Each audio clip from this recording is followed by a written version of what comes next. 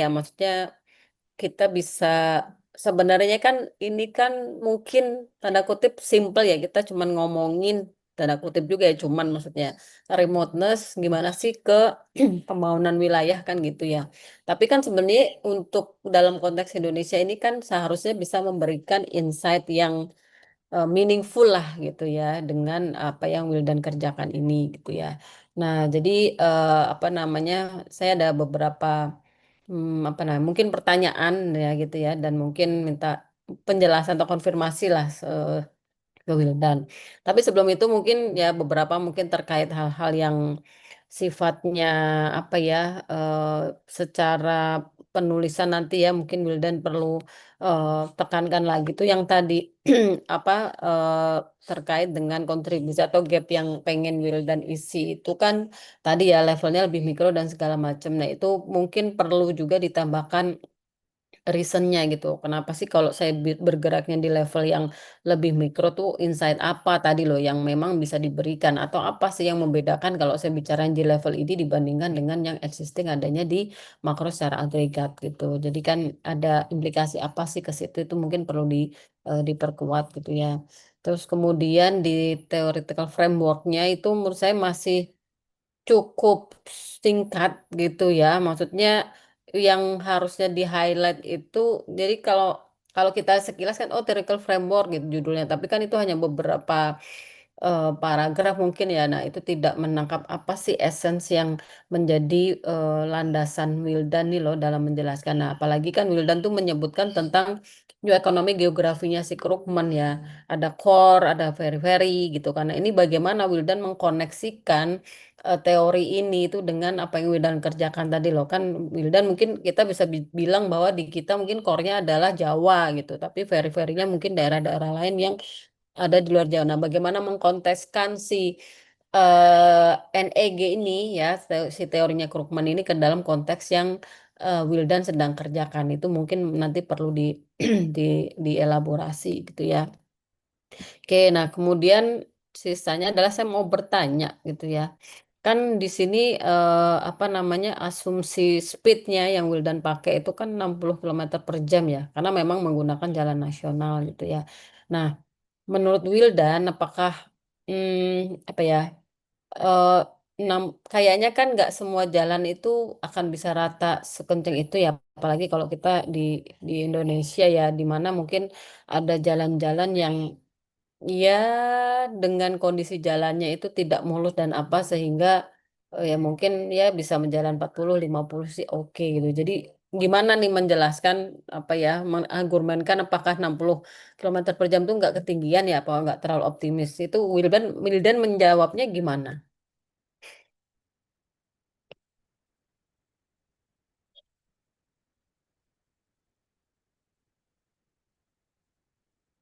Mmm,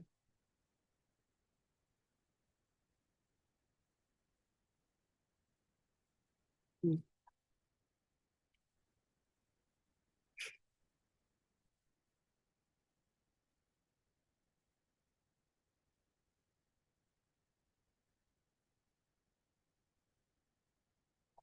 Oke, tapi bagaimana dengan pertanyaan apa nggak terlalu optimis tuh ya 60 kilometer per jam gitu, apa nggak bisa mungkin mengambil, misalnya 40 kilometer per jam karena kan kalau misalnya katanya jalan di dalam kota itu kan ya 40 kilometer per jam mungkin cukuplah untuk berhati-hati atau kalau kayak gitu gimana? Ini saya nanya ya maksudnya.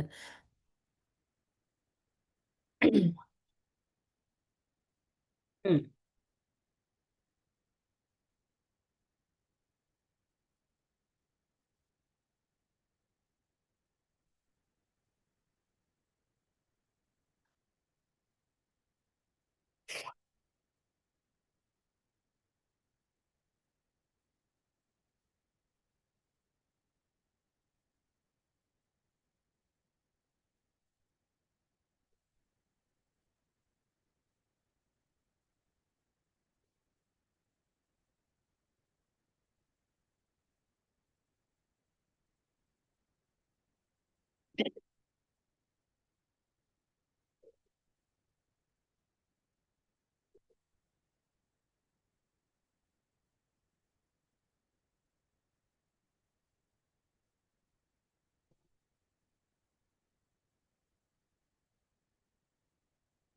Oke, nah terus kemudian nyambung lagi ya, karena memang kan ya Wildan sudah menyebutkan ya ini kan hanya menggunakan jalan nasional dan jalan tol. Itu kan memang tadi di highlight di limitasi gitu ya. Sedangkan kan sebenarnya kalau kita bicara kadang masalah remoteness atau connectivity itu juga menjangkau apa ya daerah-daerah yang kadang-kadang hanya bisa mungkin saya belum pernah ke Kalimantan ya, tapi maksudnya saya membayangkan kadang-kadang kan ada daerah juga yang hanya mungkin bisa dicapai melalui jalur air misalnya gitu kan ada juga ya karena kan Indonesia itu sangat beragam gitu.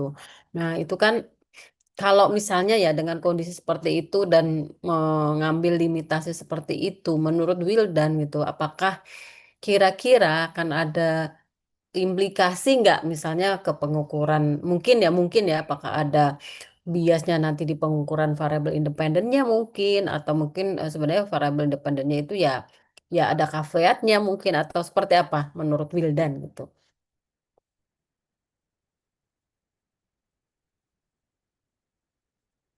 Hmm.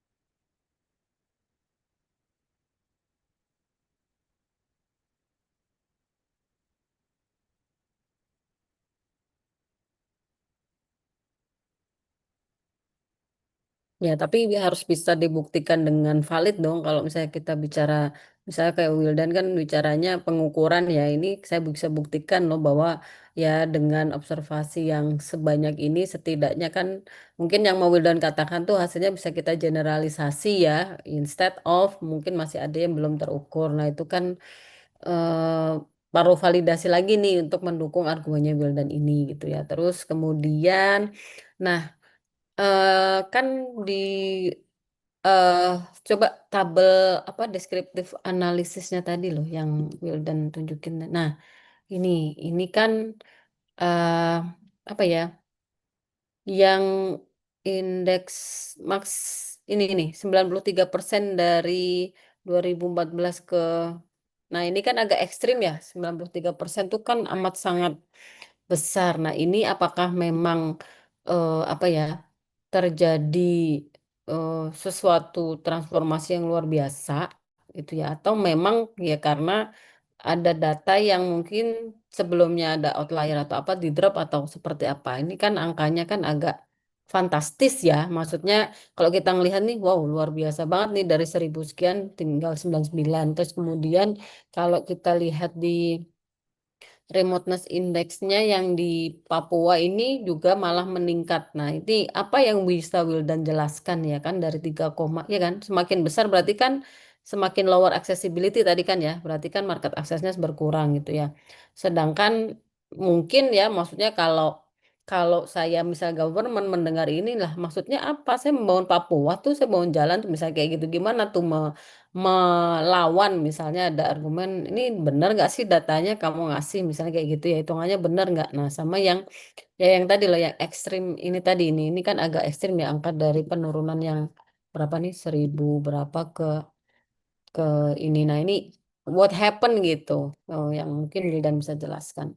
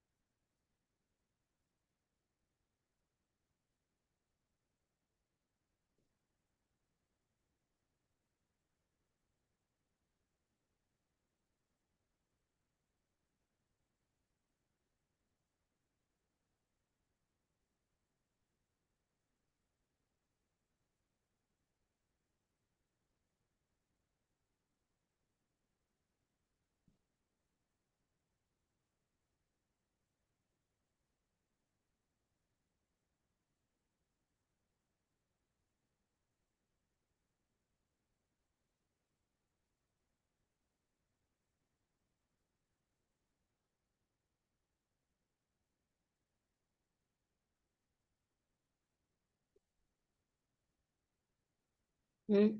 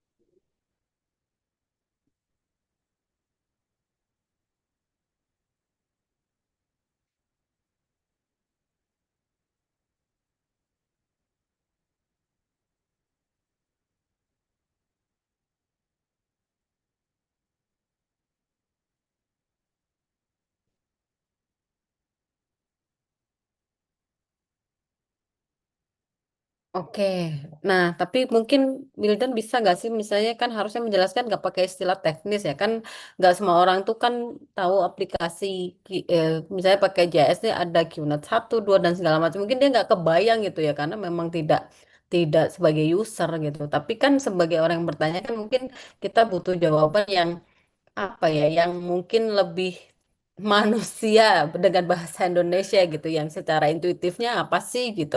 Karena gini hal yang sama kan fenomena ini angka ini menarik nih untuk dijelaskan karena di Kalimantan itu penurunannya juga cukup signifikan lebih dari separuh juga kan dari 100 menjadi 23 itu kan amat sangat wow sekali. Ada apa sih dengan Kalimantan? Kenapa remoteness-nya terlalu apa dari yang tinggi jadi rendah? Apa gara-gara pembukaan IKN misalnya gitu kan? Apakah fenomena itu? Ini kan ada sesuatu konteks ya yang menurut saya Wildan tuh bisa ceritakan bahwa itulah yang tadi maksudnya yang membawa skripsinya Wildan ini harusnya punya insight yang banyak nih yang bisa diceritakan gitu ya. Termasuk Papua, jangan-jangan mungkin nggak cuma Papua yang lain yang naik itu terjadi apakah ada hubungannya nggak sih dengan pemekaran desa misalnya kan itu kan juga terjadi within 10 tahun dengan adanya dana desa kayak apapun itu gitu kan apakah ada implikasi ke sana. Nah, mungkin di deskriptifnya tuh itu juga perlu diceritakan gitu ya. Siapa tahu kan nanti Pak Yudis mau presentasi ke Bappenas gitu kan. Nah, ini kan wah ternyata mind blowing banget nih hasilnya gitu kan. Itu kan menarik ya. Nah, itu nanti dan itu Wildan harus bisa membawakan bagaimana menceritakannya nih misalnya ke saya atau ke teman-temannya ini yang mungkin tidak familiar dengan secara teknikal tapi memahami bahwa ada isu apa loh di balik angka kok ekstrim banget nih penurunannya gitu. Jadi nanti coba ya Wildan olah lagi gitu supaya nanti kalau pas ketemu kita lagi gitu coba jelaskan Wildan dengan bahasa yang lebih manusia seperti apa sih gitu ya. Oke, terus kemudian ya, terkait di Wildan tuh kan melakukan clustering standar error di level kabupaten ya, yang kemudian kan tadi dilihat kan ternyata signifikasi variabelnya tuh jadi nggak signifikan kalau nggak salah yang di Jawa benar nggak sih? Nah, menurut Wildan ini ada sesuatu apa sih gitu? Ketika ini dilakukan seperti ini kok signifikansinya hilang gitu? Apakah jangan-jangan ini ada pengaruhnya dari faktor bahwa kebijakan itu memang diambil di level tidak di desa misalnya diambil di level yang lebih besar yang ketika misalnya di kabupaten kota gitu kan. Jadi ketika itu di-apply kan ya udah itu akan apply uniform ke semua desa sehingga ya ya efeknya ya nggak akan tercapture atau seperti apa. Modul dan gimana?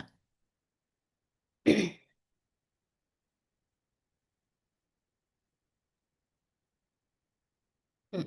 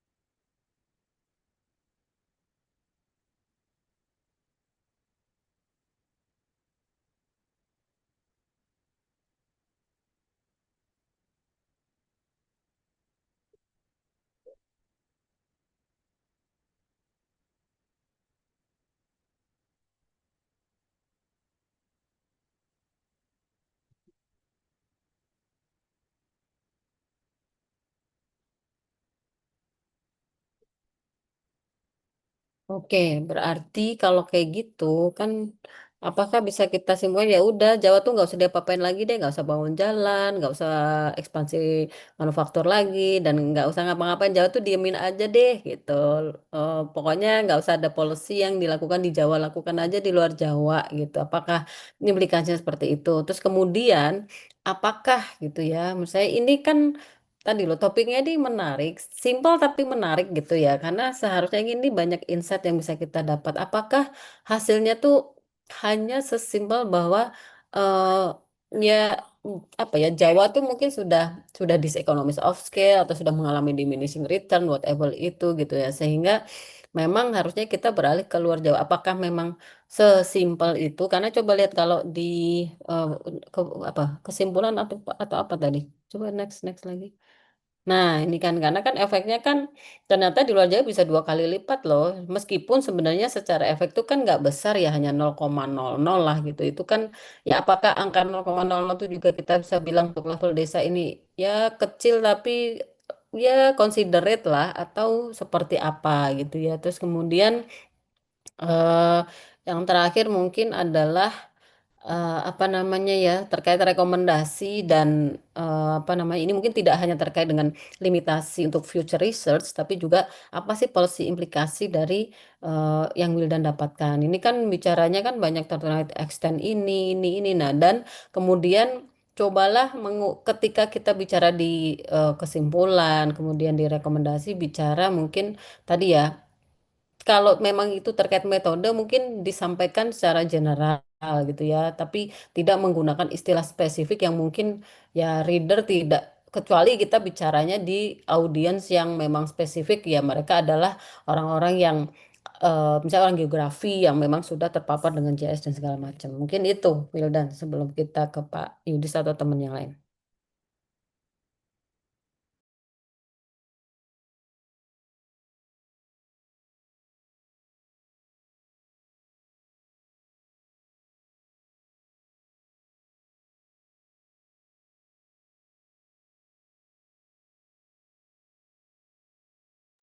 Oke. Dari teman-teman yang di sini ada yang mau ditanya sebelum saya ke Pak Yudis? Oke, Pak Yudis, langsung. Silakan. Oke, makasih banyak Bu Fani atas masukannya. Saya mencatat 3 poin utama ya, yang mungkin perlu di-refine nanti buat Wildan. Yang pertama tadi tentang konseptual framework, saya sepakat sih. Mungkin agak kemana, saya lebih catatnya agak kemana-mana ya konteks apa namanya, Krugman kayaknya nggak terlalu relevan kecuali kamu mau bikin semacam subsample analysis. Itu pun juga kayaknya nggak terlalu Hmm. close enough lah dengan modelnya Krugman di NEJ ya. Hmm. Mungkin simple isu market access mungkin bisa di highlight lebih luas sih. Menurutku lebih lebih make sense ya. Itu yang pertama masalah konseptual framework. Yang kedua adalah tadi sih, saya juga kayaknya agak terus terang ini kan ngekonstruk datanya susah ya Bu Fani ya. Itulah Hmm. kita berhadapan dengan kayak in total berapa tadi Wildan? 1 miliar data point ya untuk mengkonstruk ini karena misalkan untuk Jawa ada 20.000 desa berarti untuk menghitung remoteness di satu desa tadi itu melibatkan 19.999 gitu ya. Kan Hmm. dia kan OD ya. Nah, berarti kan kayak 20.000 kali 20.000, 400.000, terus kemudian di apa namanya di daerah lain. Jadi untuk Jawa aja itu kayak dan melibatkan hitungan transport lain. Jadi dikalikan lagi dengan dia pakai jalan apa dan seterusnya. Jadi ada titik di mana sampai 400 juta observasi lah dan seterusnya. Nah, cuman yang jadi isu adalah coba Wildan balik ke deskriptif statistik ini mungkin partly salah saya juga. Saya nggak ngecek secara detail ya. Saya ngecek di level nasional. Di level nasional make sense nih 43 ke 24 ya. Karena ada bangun jalan dan seterusnya, penduduk naik. Jadi kan kalau travel time-nya naik dan kemudian sorry, populasinya naik, terus kemudian travel time-nya turun, berarti kan dia menurunkan remoteness. Jadi A3 ke 24 make sense. Tapi yang Kalimantan ini saya khawatir agak problem ini. Mungkin nanti perlu dicek lagi. Dan Papua, I don't think naiknya seperti ini. Kecuali tiba-tiba jumlah penduduk Papua berkurang drastis. Jadi nanti kita perlu sanity. Sulawesi gimana Pak Yudi? Sulawesi masih oke ya? Sulawesi masih masih lah, masih make sense Hmm, lah. oke. Heeh. Mungkin perhatian paling utama nanti ke Kalimantan sama Papua dulu deh. Habis Hmm. itu nanti Sulawesi, dan persis tadi sampaikan Bu Fani ya, Wildan ya. Ini mungkin gara-gara eh, pemecahan itu apa namanya, pecah Tanah provinsi, desa. desa, jadinya apa namanya, nggak konsisten nih.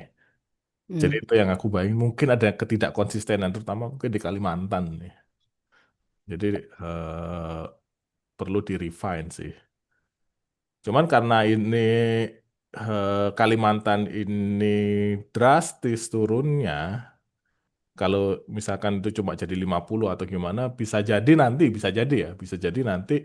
dia itu efeknya nggak segede itu nanti. Hmm. Bisa jadi ya. Jadi good to know, tapi ya kemarin kita nggak ngecek sampai sini sih, Wildan. Mungkin nextnya bahkan kita cek di level kamu siapin kayak gini dari level kabupaten kota gitu, cek satu-satu gitu. Kayaknya kok nggak mungkin soalnya turun gitu ya, harusnya naik gitu ya. Sorry, harusnya nggak naik nih remoteness Hmm. indexnya tapi turun. Yang lain yang multi way clustering saya nggak ngerti. Saya awalnya nggak tahu ya Bu Fani ya di S1 diajarin sampai mana ini masalah standar error. Ketika ditanya tentang multi-way clustering kayaknya belibet. Oke. Multi-way clustering itu isu masalah sejauh mana kamu standar errormu tercluster di level apa. Itu jadi I don't think isu itu dibahas di S1. Not to mention di S2 S3 sih kalau saya ngajar ekonometrik kayaknya kita bukan nggak sampai ya. Eh Jadi acknowledge Ya di mungkin. acknowledge bahkan cuma setengah sesi di S3 waktu itu saya sempat. Jadi Hmm. mungkin multi-way clustering bisa di skip nanti, atau mungkin mungkin fokus ke cluster di desa atau clusternya di kabupaten year, jadi lebih ada variasinya. Beyond itu saya nggak ada isu sih so far sih. Tapi persis tadi mungkin Bu Fani kan ini simple, setuju. Good point tuh Bu Fani, saya setuju. Ini kayak simple ya, remoteness. Tapi mengukur remoteness itu nggak gampang gitu. Hmm. Jadi statement itu harus keluar sebenarnya. Betul. Heeh, apa nih? So far orang ngitung remoteness ini, tapi kelemahannya ini. Nah, di sini studi ini mencoba untuk menawarkan pengukuran Hmm. remoteness yang mungkin lebih clear atau gimana gitu. Itu mungkin tambahan dari saya, Bu Fani, hanya menguatkan yang disampaikan Bu Fani. Oke, terima kasih Pak Yudis. Saya setuju sih. Artinya gini, Wildan tuh mengerjakan banyak, tapi itu tidak di ibaratnya kalau orang jualan tuh kamu nggak selling point yang kamu lakukan itu loh gitu loh. Nah itu mungkin kamu perlu lebih eksplisitkan sama tadi mungkin Wildan storytellingnya ya terkait dengan insight apa sih yang kamu dapatkan dari ini. Apakah sesimpel ya tadi ya, apakah memang kesimpulannya udah deh Jawa tuh tinggalin aja, kita keluar di Jawa aja, apakah sesimpel itu kita membuat kesimpulan atau seperti apa itu nanti perlu kamu elaborasi lagi gitu ya. Oke, baiklah Wildan, selamat ya sudah menyelesaikan SHP, berarti mungkin tadi beberapa hal yang perlu improve nanti silakan didiskusikan dengan pembimbing ya supaya nanti bisa menceritakan kembali gitu ya. Mungkin ada sesuatu yang lebih menarik lagi gitu ya yang mungkin Wildan bisa sajikan gitu ya. Baik, terima kasih Pak Yudi selaku pembimbing yang juga teman-teman yang sudah hadir pada pagi hari ini. Kemudian selanjutnya Adit ya. Apakah langsung Pak Yudi atau boleh break dulu atau gimana? Langsung aja. Langsung aja ya sudah suruh langsung katanya Adit. Oke terima kasih Wildan.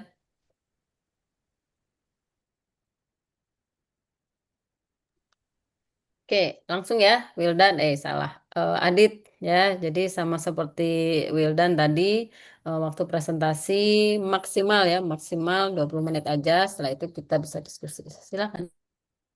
Baik, terima kasih atas kesempatannya Bu Fani. Jadi saya izin share screen dulu ya Bu.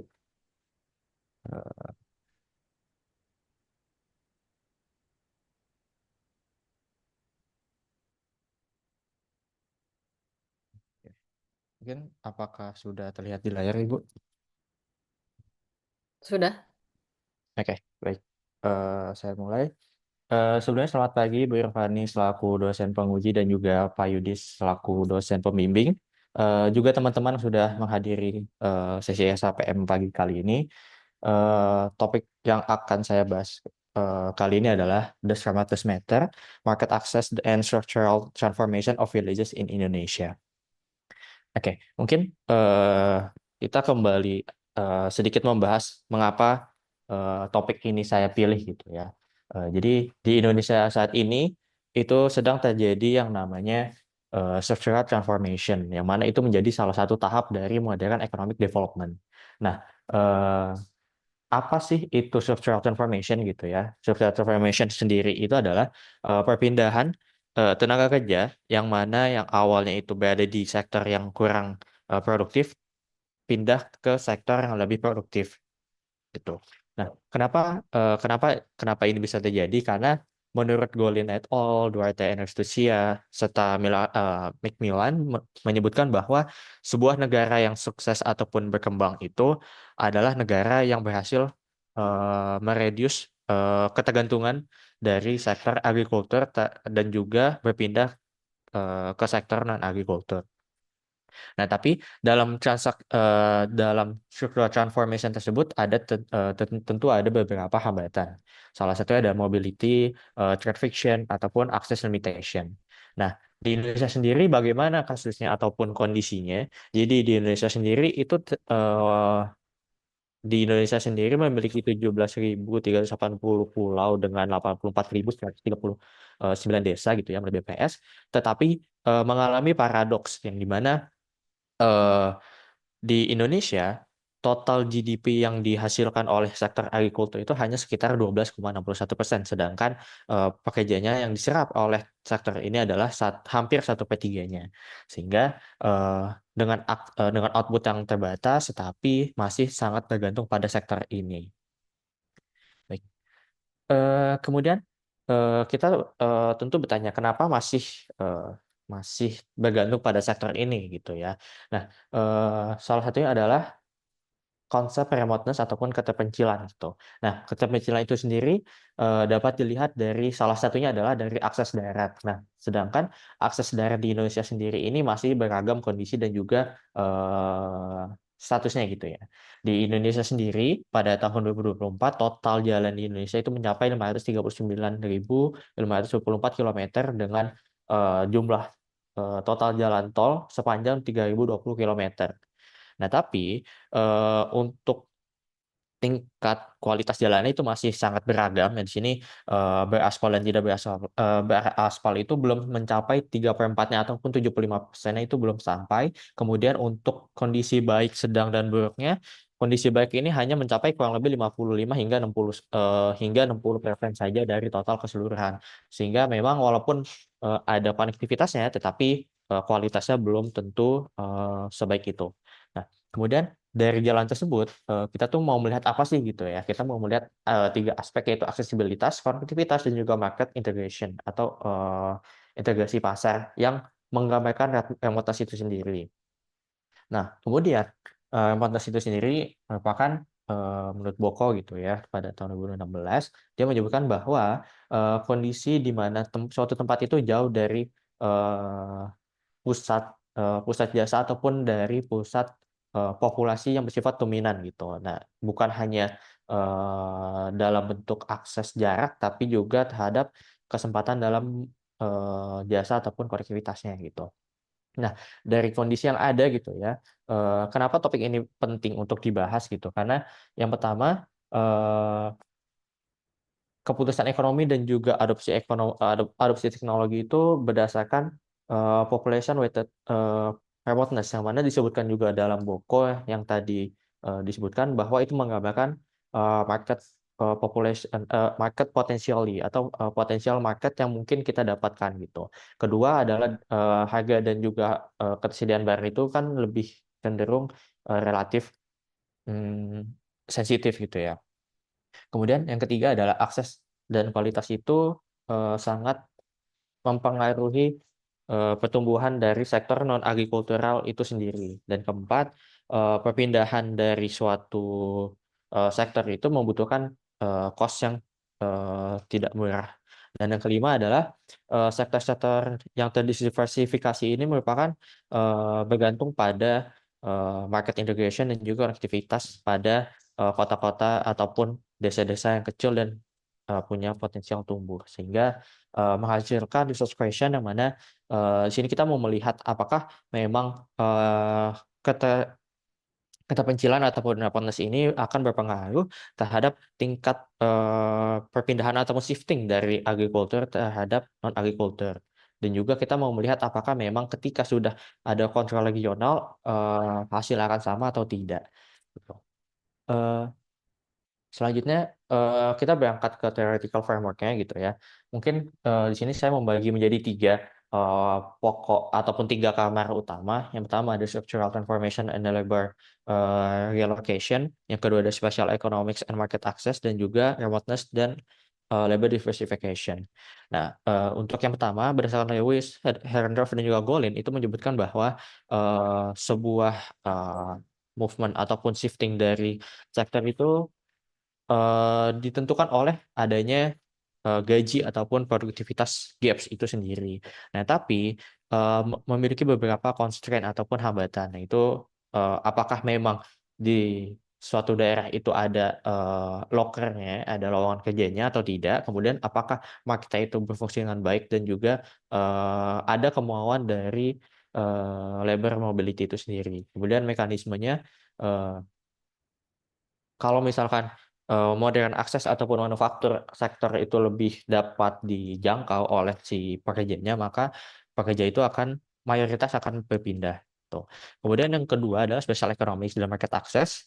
Dari Krugman dan juga Fujita, Van dan juga Redding menyebutkan bahwa demand size ataupun market access itu menentukan dari cost dan juga profitability dari sektor itu sendiri. Karena kalau kita berbicara dari model Van Tunen tentang lokasi dan juga rent, biaya sewa lahan itu kan ditentukan oleh biaya sewa yang semakin dekat dengan market, maka biaya sewanya akan semakin mahal, sehingga lokasi itu sangat mempengaruhi aktivitas ekonomi ataupun keputusan ekonomi gitu. Kemudian untuk konsekuensinya itu sendiri, eh, efektivitasnya itu kurang lebih masih kecil untuk area yang remoteness, area yang terpencil gitu ya, sehingga akan dapat meningkatkan input ataupun output cost-nya itu sendiri. Kemudian yang terakhir ada remoteness dan labor diversification.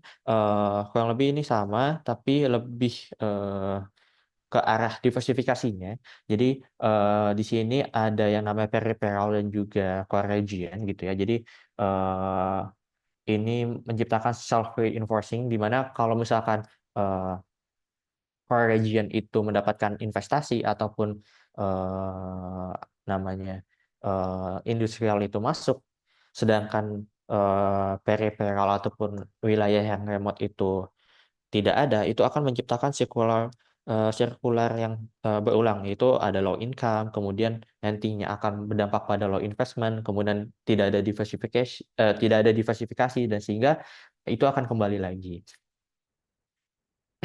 Oke, kemudian untuk studi sebelumnya itu ada dua paper yang menjadi rujukan ataupun fondasi dari penelitian ini, yaitu Agrawal dan juga Martin et al., yang mana memang keduanya itu menggunakan remoteness index, tapi perbedaannya adalah untuk Martin itu sendiri dia tidak menggunakan population weighted, sehingga dia dan dia juga melihat jarak saja, bukan travel time seperti yang akan saya gunakan ini.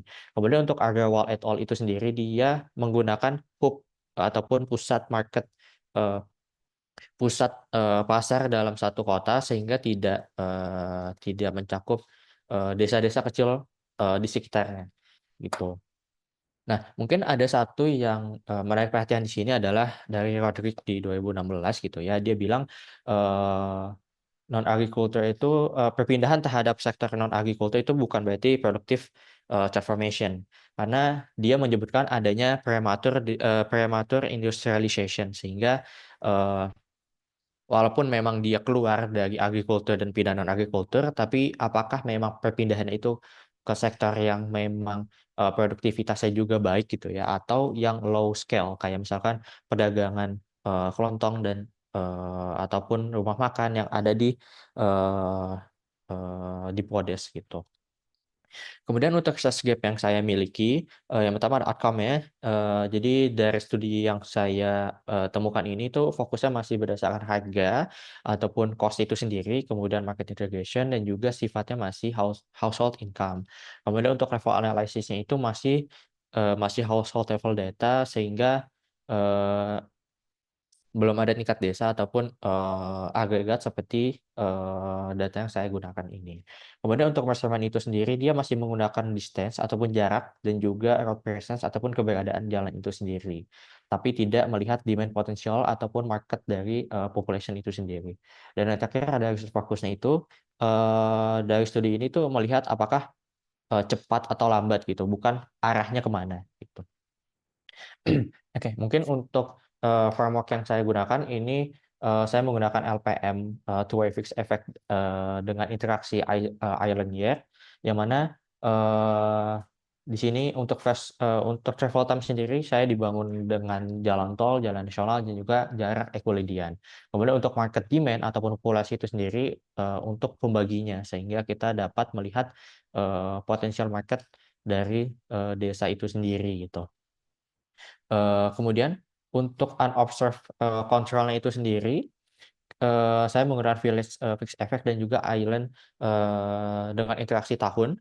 Kemudian untuk kontrol desanya saya menggunakan apakah ada transportasi darat, kemudian kualitas jalan, kemudian infrastruktur listrik, akses polisi, bank akses dan juga kualitas sinyal gitu. Dan untuk tingkat kabupaten kotanya saya menggunakan GDRP dan juga share of manufacture. Untuk remoteness measurement itu sendiri ataupun independent X utamanya itu menggunakan origin village yang akan dihubungkan terhadap seluruh desa tujuan yang ada di dalam satu pulau yang sama dengan measurement jalan tol, jalan nasional dan juga jarak Euclidean. Oke, kemudian untuk merancang data ataupun mengkonstruk data ini sendiri, yang pertama kita melihat untuk remoteness index-nya itu sendiri. Jadi yang pertama saya itu membuat centroids desa, yang mana itu titik tengah dari desa itu sendiri, dan contohnya ada di sebelah kanan ini. Jadi saya membagi berdasarkan provinsinya, karena kalau misalkan satu Pulau Jawa itu untuk running datanya agak susah untuk dijalankan gitu ya. Kemudian untuk route network dan speed assumption untuk sesuai dengan apa yang sudah dijelaskan oleh Khairul sebelumnya juga, bahwa untuk jalan tol itu sekitar 80, jalan nasional 60 dan juga Euclidean itu sekitar 30 kilometer. Kenapa Euclidean 30 km per jam? Karena ini untuk mengasumsikan bahwasanya itu adalah jalan daerah, yang mana untuk jalan daerah itu sendiri kita sangat sulit untuk mendapatkannya, sekalipun ada itu masih missing-nya banyak dan sulit untuk di cleaning gitu. Kemudian Ya, untuk sorry, oke. Adit mungkin bisa agak dipercepat ya. Maksudnya bisa disortir mana yang dijelaskan, mana. Jadi nggak perlu semua dibaca satu-satu ya. Ya, baik, Ibu. Terima kasih atas imbahannya. Jadi mungkin kita lanjut. Kemudian population weighting sudah dijelaskan sebelumnya, dan juga aggregation dan transformation, yang mana kita menyatukan dalam satu origin desa dari hasil olah datanya. Kemudian untuk structural village job ataupun dependent-nya itu menggunakan Podes, yang mana kita menyesuaikan Podes 2024 dengan 14, yang mana di 2024 itu kuesioner itu ada 21 sektor, yang mana kita harus kelompokkan ke dalam 2014, yang mana menjadi 7 sektor. Kemudian untuk heterogeneity-nya saya mengambil kode BPS satu angka dari kode BPS yang menggambarkan pulaunya, satu Sumatera dan semacamnya. Kemudian untuk control variable-nya itu kita saya membagi ada yang continuous, ada yang ratio, dummy, dan juga semacamnya. Oke, mungkin untuk lebih jelasnya operational variable seperti ini kurang lebih. Kemudian untuk kategorisasi dependennya itu sendiri 0 untuk agriculture dan 1 untuk non agriculture.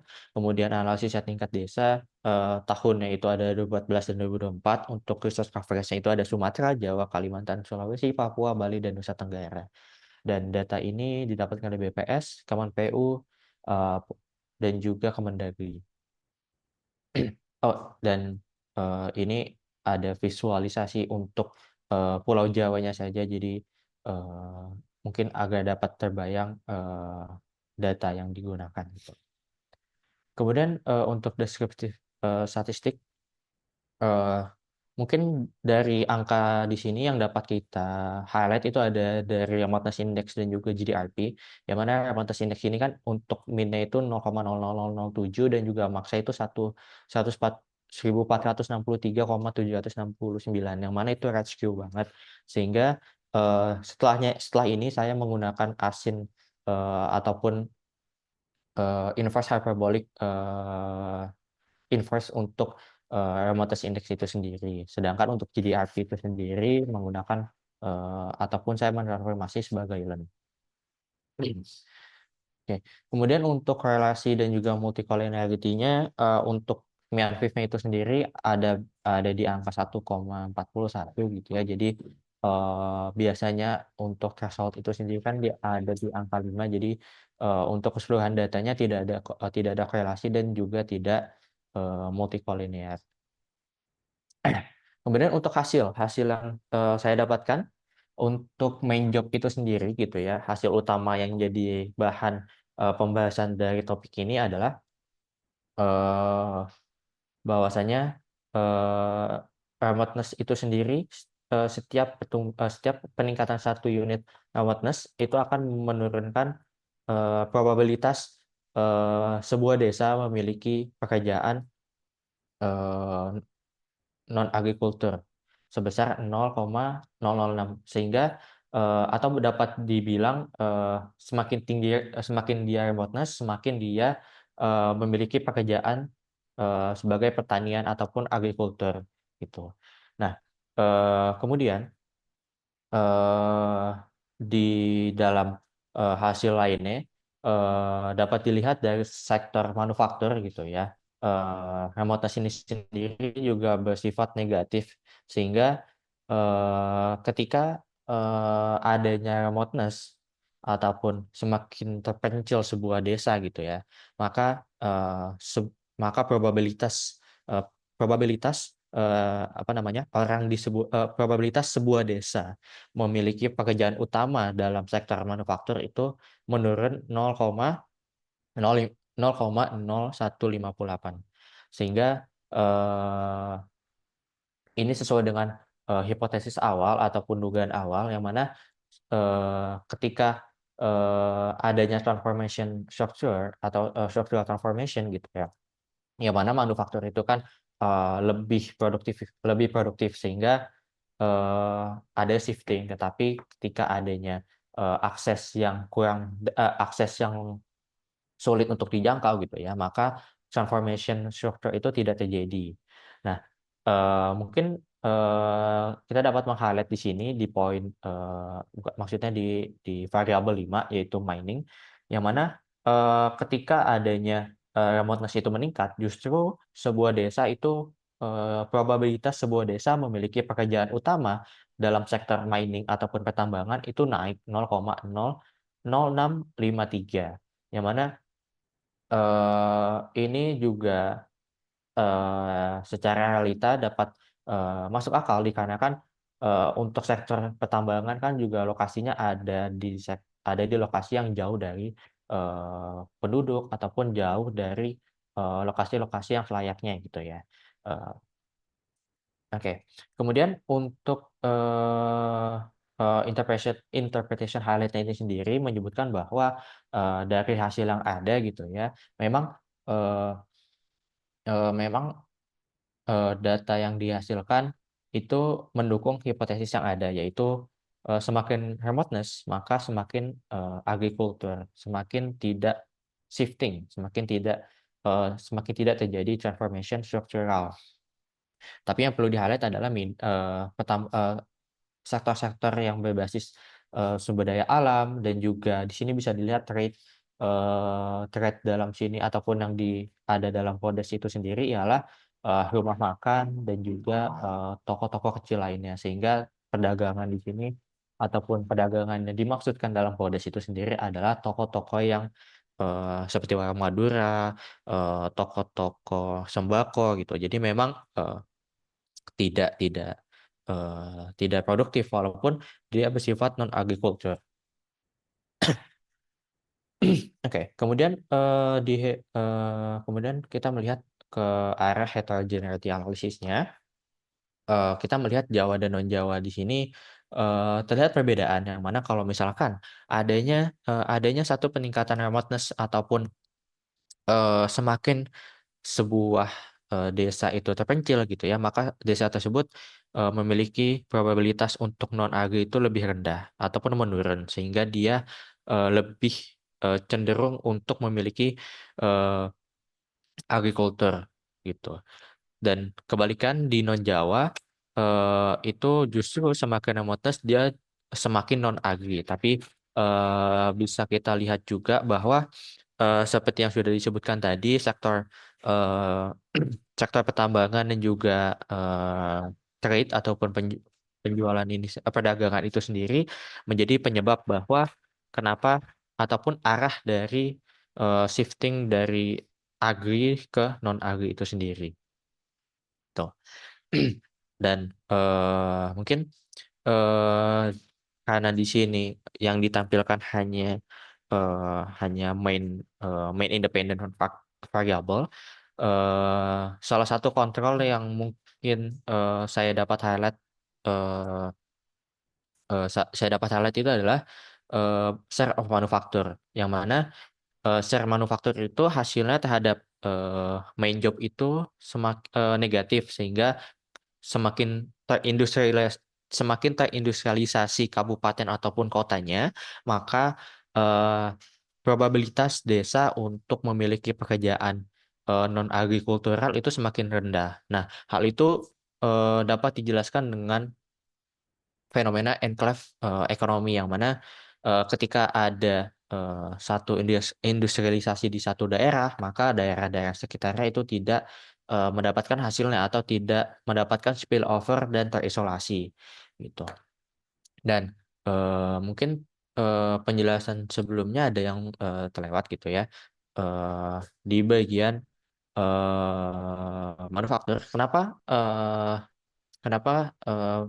perpindahan ke arah non agriculture itu justru arahnya ke arah mining ataupun pertambangan, itu bisa dijelaskan oleh fenomena industrial bypass, yang mana kalau misalkan transformation struktural itu sendiri kan secara polanya itu adalah dari agriculture lalu berpindah atau shifting ke arah manufaktur, kemudian berpindah ke arah sektor jasa. Sedangkan di sini kita dapat lihat dari agriculture itu sendiri pindahnya pun itu ke arah mining, sehingga ke arah mining ataupun pertambangan dan tidak manufaktur, sehingga adanya industrial bypass ataupun fenomena tersebut. Oke, untuk robustness itu sendiri saya menggunakan robustness cluster di tingkat kabupaten kota dan juga multi-way clustering, yaitu tingkat desa dan kabupaten kota, yang mana hasilnya juga kurang lebih sama, tapi hanya menjadi tidak signifikan, dikarenakan asumsi saya di sini adalah ketika adanya robustness test ini sendiri, sebuah kebijakan dari kabupaten kota itu sendiri berpengaruh terhadap desa-desa lainnya. Jadi antar desa itu sendiri masih memiliki dampak dari kebijakan kabupaten lainnya. Tuh. Oke, kemudian hasil yang saya temukan tersebut, mulai dari heterogenitas ataupun main result dan juga robustness ini, itu Adit, ya Bu. boleh agak Oke, dipercepat ya. Kamu udah lebih dari bisa setengah jam ini lebih. baik Ibu. Oke, jadi untuk alignment dengan teorinya itu sendiri, hasil yang saya temukan itu adalah konsis dengan Lewis, yang di mana market access itu menjelaskan atau mendeterminai perubahan atau shifting dari pekerjaan utama itu sendiri. Kemudian dari Agarwal itu sendiri, remotes itu dapat mempengaruhi economic decision dan structural pattern, yaitu yang tadi economic enclave dan juga industrial bypass. Kemudian yang terakhir ada Coalition dan Pintea, yang mana transport cost itu sendiri dapat menghambat dari si pekerja untuk shifting ataupun berpindah dari sektor agrikultur ke non agrikultur. Nah, untuk polisinya ini sendiri, mungkin saya tekankan ke arah Jawa dan non-Jawa ya, seperti mungkin eh, Nawacita yang digagas oleh Presiden Joko Widodo pada tahun 2014, yang mana berfokus pada daerah-daerah periferal ataupun daerah-daerah yang tertinggal khususnya di luar Jawa, sehingga eh, manufaktur ataupun industri yang lebih produktif dapat dijangkau lebih baik dan tidak bergantung pada mining ataupun pertambangan. Oke, kemudian untuk konklusinya, ini adalah yang pertama itu desa itu bukan berfokus pada kecepatan ataupun secepat apa perpindahannya, tetapi arahnya itu kemana. Kemudian eh, transformation struktural ini dapat terdistorsi, yang mana yang seharusnya ke manufaktur tapi arahnya bisa ke apa namanya, pertambangan dan juga perdagangan tadi. Dan eh, yang terakhir adalah adanya heterogenitas yang cukup kuat antara Jawa dan non-Jawa, yang mana hasilnya tadi arahnya juga positif dan negatif. Kemudian untuk penelitian selanjutnya itu adalah yang dibutuhkan, saran dari saya adalah untuk tahunnya lebih lengkap lagi, dikarenakan untuk tahun yang saya gunakan ini hanya 2 tahun, yaitu 14 dan juga 24, sehingga kalau misalkan data tahunnya lebih banyak, kita dapat melihat observation-nya lebih, transisi antar tahunnya itu lebih baik. Kemudian eh, mungkin untuk measurement itu dapat ditambahkan dengan komoditas harga, karena kan eh, mungkin perpindahan sektor itu dapat di,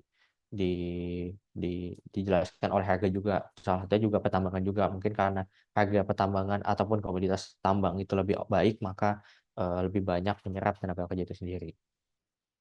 Dan yang data limitasi yang saya miliki ialah lagi-lagi kesulitan untuk mencari data-data secara tahun lebih banyak. Kemudian untuk measurement-nya itu masih terlalu simpel, dalam arti eh, tidak melihat apa namanya, tidak melihat eh, keputusan ataupun eh, keputusan-keputusan yang dilakukan oleh satu individu-individu di setiap desanya. Kemudian karena ini agregat tingkat desa, sehingga kita nggak bisa melihat perubahan antar household-nya. Tuh. Mungkin sekian dari presentasi saya. Saya kembalikan ke Bu Irvani dan juga Pak Yudis. Terima kasih. Oke, terima kasih Adit ya. Tapi mungkin sebelum ke skripsi ya, mungkin nanti Adit perlu menyiapkan bagaimana mengalokasikan ya waktu presentasi dan menyampaikan key pointnya apa sih gitu ya, yang memang audiens tuh perlu tahu gitu ya. Jadi nanti diatur bagaimana mengalokasikan waktunya seefisien mungkin. Oke, pada intinya sebenarnya beberapa